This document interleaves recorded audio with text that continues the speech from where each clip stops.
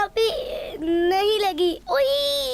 لگی ہے نا؟ میں نے آپ کو کتنی بار سمجھایا ہے آہستہ چلا کریں اور سیڑھیوں سے ہمیشہ آرام سے ہی اترا کریں اور اترتے ہوئے سبحان اللہ اور سیڑھیوں سے اوپر چڑھتے ہوئے اللہ اکبر کا ورد کیا کریں.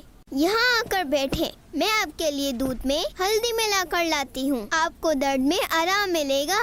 نہیں، مجھے ایسے ہی دے دیں. ارے رائکا، کتنی بری بات ہے. ایک تو آپ نے الٹے ہاتھ سے گلاس پکڑ کے دودھ پیا جو کہ سنت کے خلاف ہے.